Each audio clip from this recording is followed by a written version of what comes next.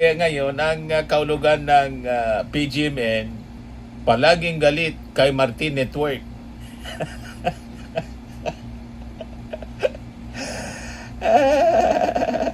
Sagutin na lang ninyo yung extortion case na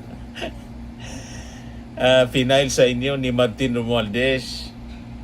Hindi kung ano-ano yung mga kwento.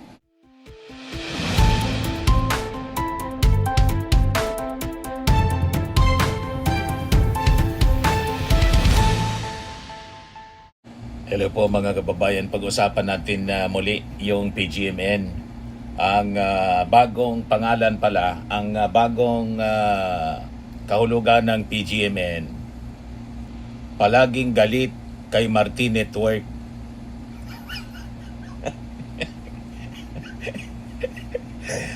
Laging topic si Martin Romualdez. Yan o. Palaging si Martin.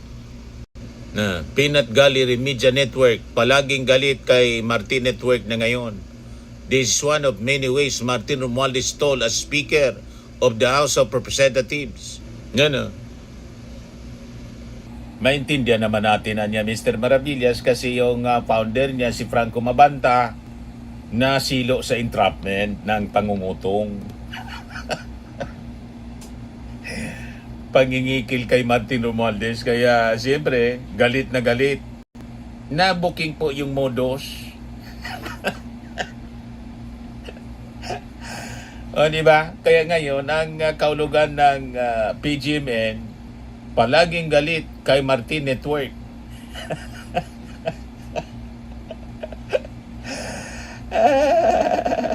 Sagutin na lang ninyo yung extortion case na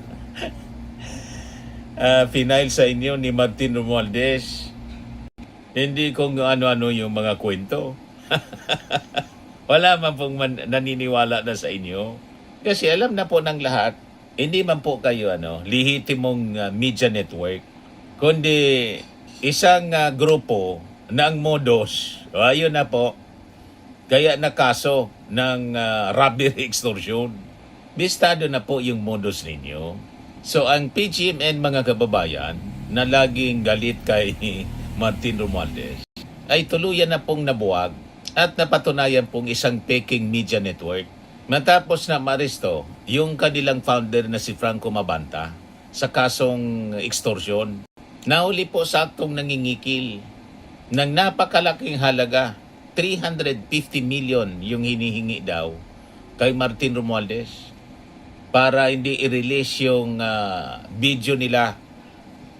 Ang akala natin kung anong uri ng video, kinahoy lang pala na mga balita, na mga video. Nagreklamo ngayon yung mga media network na kinahuyan ng video. Ang modus po, blackmail, kapalit ng malaking halaga ng pera. So hayagan po na kinumpirma mismo ng National Bureau of Investigation na ang nakumpiskang milyon-milyong halaga ng budol money, 75 million yung budol money, ay ang pangunahing paunang bayad na hinihingi daw ng PGMN. Ano yung kapalit? Nangako sila na hindi ilalabas daw ang isang expose video laban kay Martin Romualdez. Isang malinaw itong patunay na ang kanilang sinasabing advokasya ay ginagamit lamang po bilang isang sandata para makapang-blackmail at magkamal ng illegal po na yaman. So kahit matapos silang makalaya mga kababayan, on bail, at ilabas yung sinasabing video, binasura lamang po ito ng mga experts at mga veteranong mamamahayag. Binansagan po ito bilang isang empty hype, malaking empty hype lamang anya. At sayang sa oras. Dahil hanggang ngayon, hindi sila makapagpakita ng kahit isang katiting na matibay mga kababayan na ebidensya para patunayan yung kanilang mga paratang. So lumalabas, kumikita sila sa pagiging palaging galit kay Martin Network. Ginawang negosyo yung pag-atake kay Martin Romualdez. Inaaraw-araw na.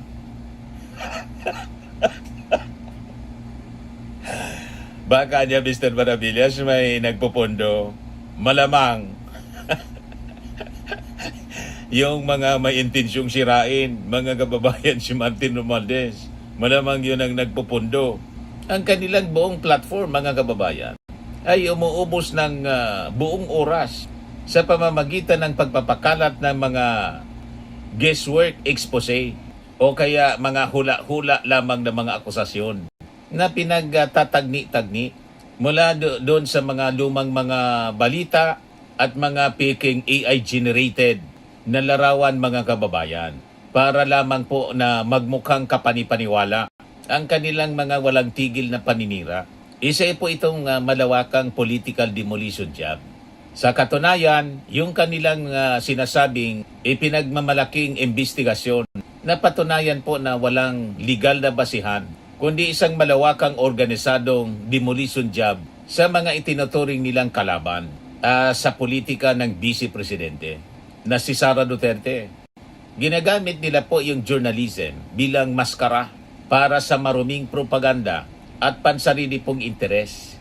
Dahil po sa kapal ng muka at pang-abuso sa malayang pamamahayag, ang mga personalities na nasa likod po ng PGMN ay naharap ngayon sa seryosong kaso ng extortion, robbery extortion.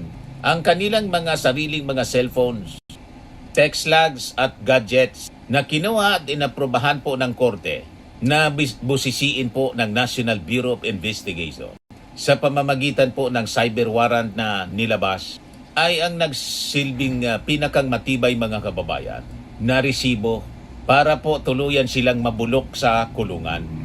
Sa ilalim po ng jurisprudence dito sa ating bansa, ang kalayaan po sa pamamahayag, press freedom, ay isa po siyang sagradong kalasag upang ipagtanggol ang katotohanan at hindi po siya isang lisensya o prangkesa upang gamitin sa isang krimen ng pangingikil.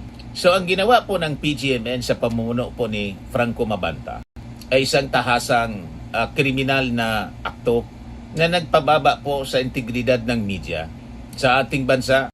Kapag ang isang grupo po ay nagpanggap na isang mamamahayag para lang manghingi ng daang-daang milyong piso kapalit ng hindi paglabas ng video o gawa-gawang dokumentaryo, sila po ay hindi na mga content creators.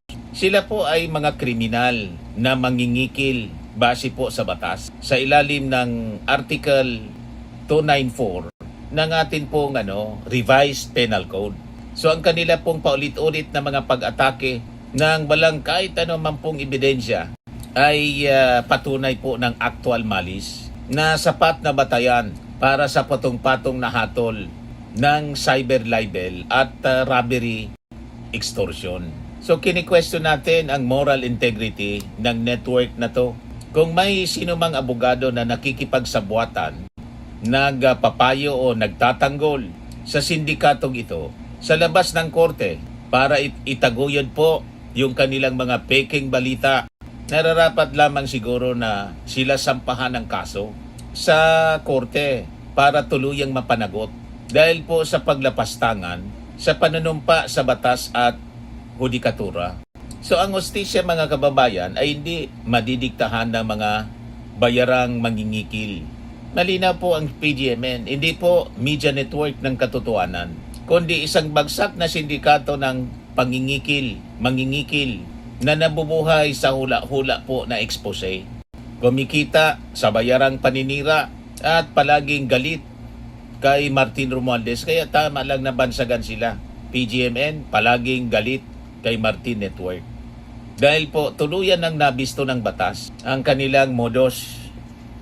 Huwag kami PGMN, walang maniwala sa inyo kahit po yung mga batikang taga-media.